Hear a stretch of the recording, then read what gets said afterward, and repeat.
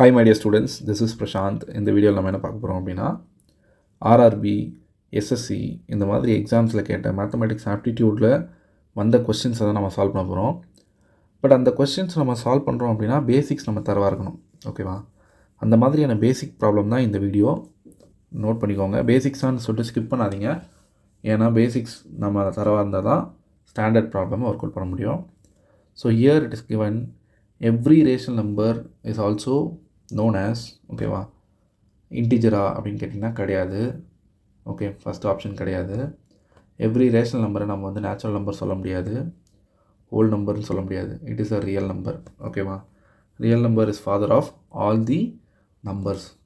For example natural number, அப்புறம் whole number, integer, அப்புறம் rational number, அப்புறம் இரேஷனல் நம்பர்.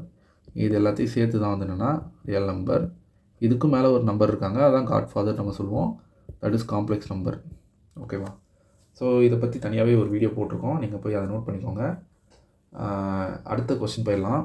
அடுத்து வந்து என்னென்னா, இந்த நம்பர் பை வந்து என்ன நம்பர் கேட்குறாங்க. ஃப்ராக்ஷன் கிடையாது, ரெக்கரிங் டெசிமலும் கிடையாது, ரேஷ்னலும் கிடையாது. Irrational number. Pi is a irrational number, இதுதான் இரேஷ்னல் நம்பர். ஓகேவா? அடுத்த கொஸ்டின் பாருங்கள். √2 இஸ் அன் இரேஷ்னல். ஓகேவா? ஏன்னா ரூட்டுன்றது ஸ்கொயர் ரூட் ஆஃப், ஓகே, 2ன்றது 2 வந்து ஒரு இம்பர்ஃபெக்ட் ஸ்கொயர் நம்பர். ஓகேவா?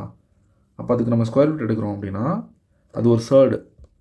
அப்போ சேர்டுனாலே ஓகேவா, it is irrational number. So option C. அதே மாதிரி ஸ்கொயர் ரூட் ஆஃப் 3 வந்து என்னவாக இருக்கும் அப்படின்னு பார்த்தீங்கன்னா இட் இஸ் இரேஷ்னல். ஓகேவா? இங்கே நமக்கு இது ரெக்கரும் ஆகாது. இரேஷ்னல்னாலே ஆல்வேஸ் ரெக்கர் ஆகாது. அதே மாதிரி போய்கிட்டே இருக்கும். சரிங்களா? ஸோ இதில் வந்து பார்த்தோம்னா இதோட வேல்யூ வந்து 1.732 ஆப்ஷன் சி அப்படின்னு நம்ம சொல்லலாம். ஸோ நெக்ஸ்ட்டு வந்து அடுத்த question, last question. There are just 2 ways in which 5 may be expressed as the sum of 2 different positive numbers. ஓகேவா? நேம்லி 4 + 1, 3 + 2. அதாவது 5 வந்து 4 + 1ன்னு எழுதலாம், 3 + 2ன்னு எழுதலாம். ஓகேவா? In how many ways 9 can be expressed as the sum of 2 different positive integers அப்படின்னு சொல்கிறாங்க. C, இது ரொம்ப சிம்பிளான ஒரு கொஸ்டின். சரியா? நம்ம வந்து கொஞ்சம் இதை நல்லா நோட் பண்ணணும்.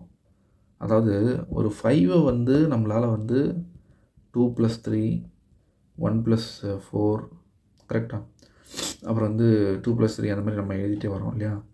அப்போது இங்கே வந்து இந்த 9 எப்படிலாம் எழுதலாம் அப்படின்னு கேட்குறாங்க. சரியா? இப்போ 9 வந்து 1 + 8. ஓகேவா? தட் இஸ் வாட் பாசிட்டிவ் இன்டிஜர்ஸ்ன்னு சொல்கிறாங்க. ஸோ 2 + 7, கரெக்டாக. அப்புறம்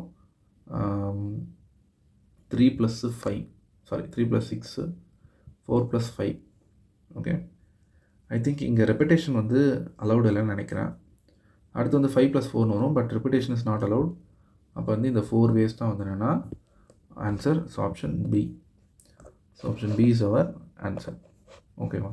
ஸோ இது உங்களுக்கு புரிஞ்சிருக்கும்னு நான் நம்புகிறேன். நம்ம நெக்ஸ்ட் வீடியோவில் நெக்ஸ்ட் ப்ராப்ளம் சால்வ் பண்ணும்போது மீட் பண்ணுவோம். Stay tune. Thank you so much.